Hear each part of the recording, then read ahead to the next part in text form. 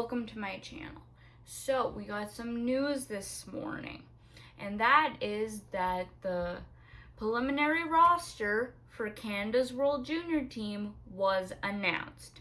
There are 27 players on this roster, and from the looks of it, majority of people are happy. There's not a lot of head scratchers on this team, and it looks like that they're moving in the right direction.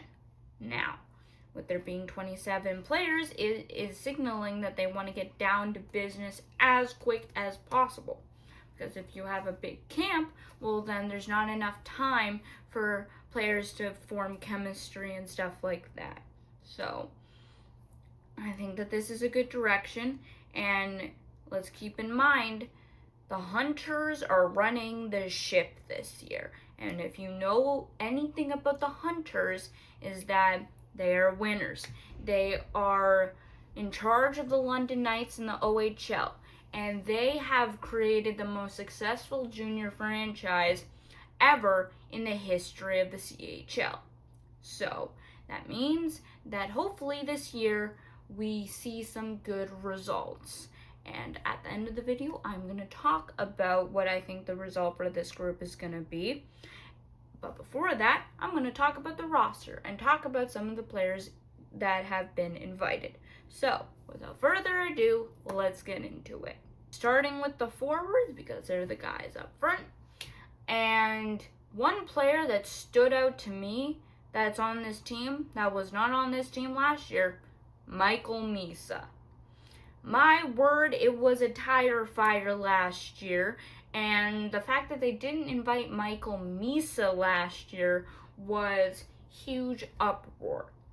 And so this year they have corrected it, and they have invited him. It looks like the San Jose Sharks are going to loan him.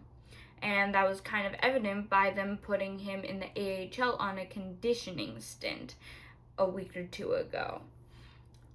Another big name, Gavin McKenna, he was there last year, and he's projected to go first overall in this upcoming draft. So, more scoring power, and him and Michael Misa have been to so many Hockey Canada events together that hopefully they have some chemistry there. TJ Ginla, who was injured for last year's World Juniors, is invited as well. Now, there are a few players that have me kind of scratching my head a little bit, but I can see where the Hunters may be coming from. Liam Greentree from the Windsor Spitfires, Sam O'Reilly, who plays for them in London, and then Harrison Brunick, who was playing with the Pittsburgh Penguins. I'm pretty sure I said that name correctly. If I didn't, let me know down in the comments. It looks like he's going to be loaned from the Pittsburgh Penguins. And also one thing I've noticed about this roster is that they're leaving room for the potential of other players being loaned. Whether that being Beckett Seneca, who I really think that they will not have a chance of having on this roster. Berkeley Cotton, who I think they were leaving room for, but now he's been announced as week to week from the Seattle Kraken. And I mean, Macklin Celebrini, that's a pipe dream. He ain't coming. No matter how much all of us Canada fans want to hope, he ain't coming. So that's like one of the things that I was thinking about, like maybe they're leaving room for potential NHLers to come. But other than the head scratchers, we also have like Michael Hage, Braden Coots, who has basically played himself onto the team a little bit. I mean, this, as I said, is a preliminary roster, so this isn't the official roster, but he has made a very big case for himself to make the team. And then Caleb Denwye, Jet Luchenko, Jake O'Brien, there's a few others, so it's a good forward core. And as long as they can all cooperate and no one gets too individualistic, The forwards should be good. Now for the defense. First player I'm going to bring up, Zane Parekh. My word. He, like Michael Misa, was not invited last year, but then was a last-minute invite, and then they just cut him anyway. And he played with the Calgary Flames for the first part of this year. He got injured, but now it looks like he's back, and he's going to be playing for Team Canada. And him and Misa both were head scratchers last year for why they weren't invited. Looks like they're righting some wrongs this year. And Zane Parekh is going to add another level of stardom to this team. I've watched him play a few games and like with the Calgary Flames, and he didn't look too out of place. Yes, he got injured because of a hit, but he was pretty good in the games that he did get in. Now, getting on to a few other of these defensemen, we have two defensemen who are in their draft seasons right now, and they're both 08s. First being Keaton Verhoff, who's playing for North Dakota in the NCAA this year, and then Carson Karls, who's playing with Prince George. And when I saw his name kind of floating around for being on the roster, I was like, oh. And then I followed Prince George pretty heavily for a reason that I will share when I talk about the goalies. So Carson Karls, I think he may be one of the defensemen who is cut. I think, there's two defensemen that will end up being cut. And he has looked great in his time in PG.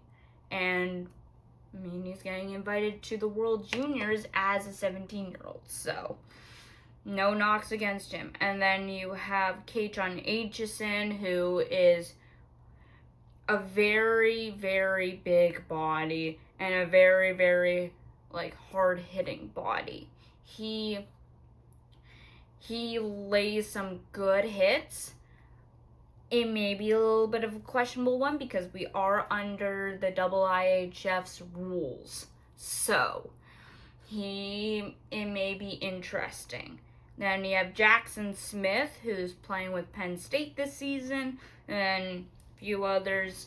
So, my overall synopsis of how the defense is looking, it's looking strong.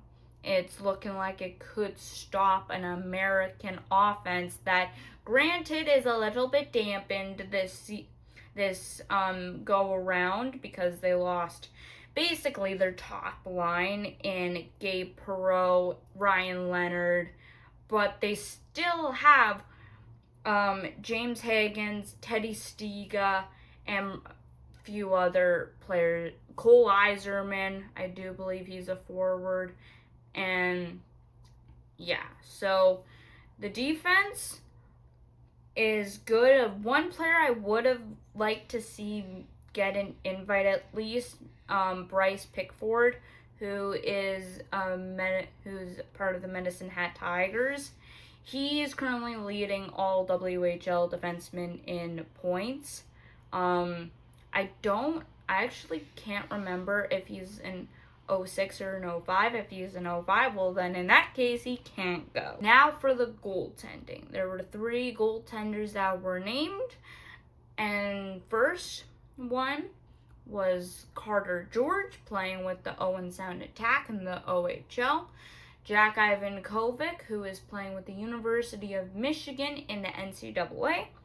And then Joshua Ravensbergen, who is playing with the Prince George Cougars in the WHL. Carter George and Ivankovic have been in the Hockey Canada realm for a long time. They played U17s and U18s. Joshua Ravensbergen has not played in a Hockey Canada event. And I'm a little bit biased towards Ravensburgen because I know him. He is good friends with my older brother, and I've basically kind of seen a little bit of his come up. I've known him for like 8 years or something like that. And so, of course, I really want him to make it.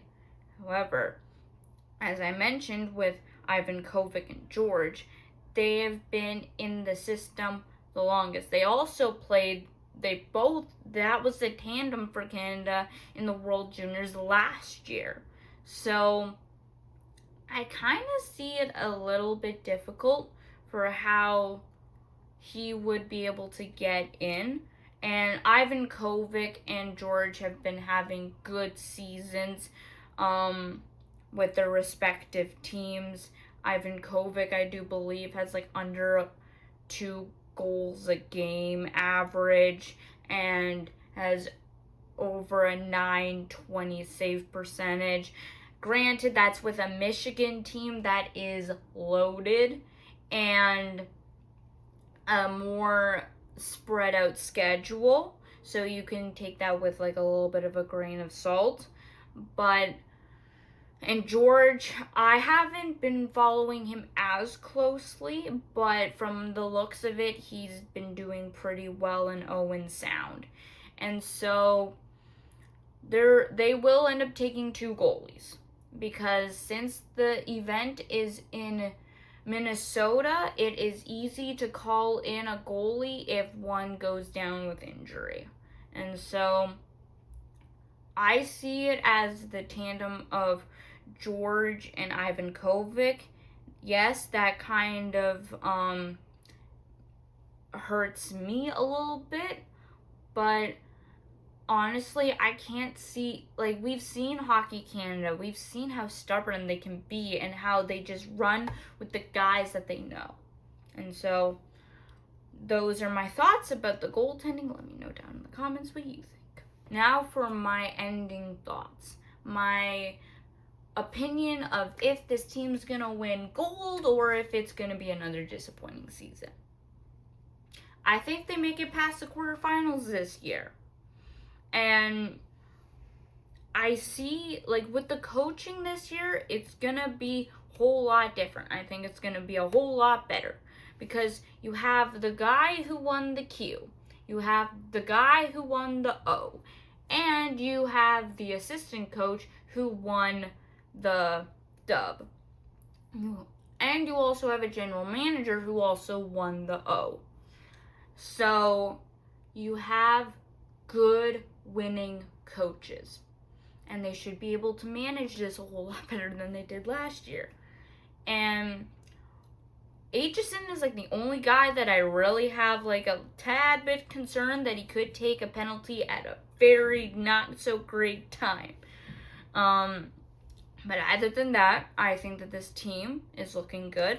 It is looking pretty strong, and I say they make it to the gold medal game. And I say that they probably go 3-1 in the groups, or 4-0. And yeah, I have hope for this year. And I want to know, do you have hope for this year? Let me know down in the comments. And that's going to be the video as well. Thank you for watching. Make sure you like and subscribe to let YouTube know that you like this kind of content and that I should make more of it. And thank you for watching, and I will see you in the next one.